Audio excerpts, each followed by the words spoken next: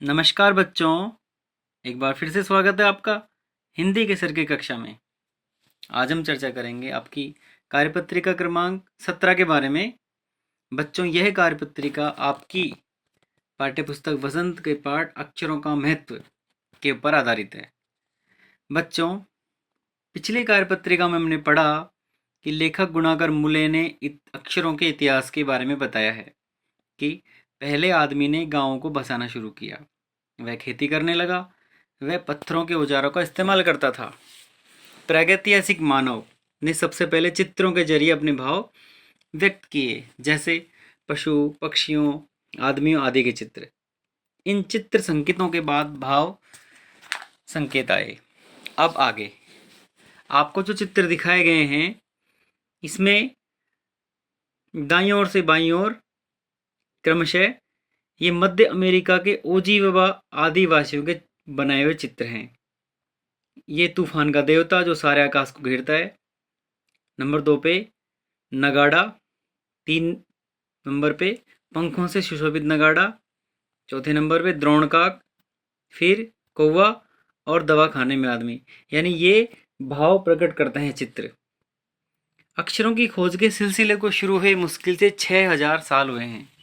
केवल 6000 साल। अक्षरों की खोज के साथ एक नए युग की शुरुआत हुई। आदमी अपने विचारों और अपने हिसाब किताब को लिख कर रखने लगा। तब से मानव को सभ्य कहा जाने लगा। आदमी ने जब से लिखना शुरू किया, तब से इतिहास का आरंभ हुआ। किसी भी कौम या देश का इतिहास तब से शुरू होता है जब से आदमी के लिखे हुए लेख मिलने लग जाते हैं। इस प्रकार इतिहास को शुरू हुए मुश्किल से 6000 साल हुए हैं और उसके पहले के काल को प्रागैतिहासिक काल अर्थात इतिहास से पूर्व का काल कहा जाता है। बच्चों, ये तो ही कार्यपत्रिका। अब देखते हैं इसके प्रश्न। प्रश्न क्रमांक 1 है आपका, प्रागैतिहासिक काल किसे कहते हैं? इसका उत्तर हमें अंतिम पंक्ति में मिलेगा कि इतिहास लेखन से पूर्व के काल को प्रागैतिहासिक काल कहते हैं।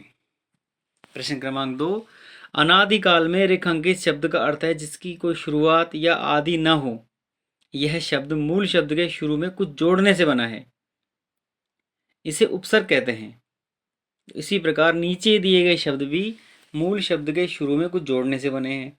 इन उपसर्गों और मूल शब्दों को अलग करके हमें लिखना है। असफल, इसका होगा अ जमा सफल। अनुचित, अन जमा उचित। अपरिचित, अ जमा परिचित। अदृश्य, ए जमा दृश्य। अनावश्यक, अन जमा आवश्यक। अनिच्छा, अन जमा इच्छा।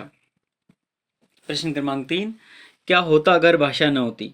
अपने मित्र या भाई बहन से बातचीत करके हमें लिखना है कि अगर भाषा नहीं होती तो क्या होता।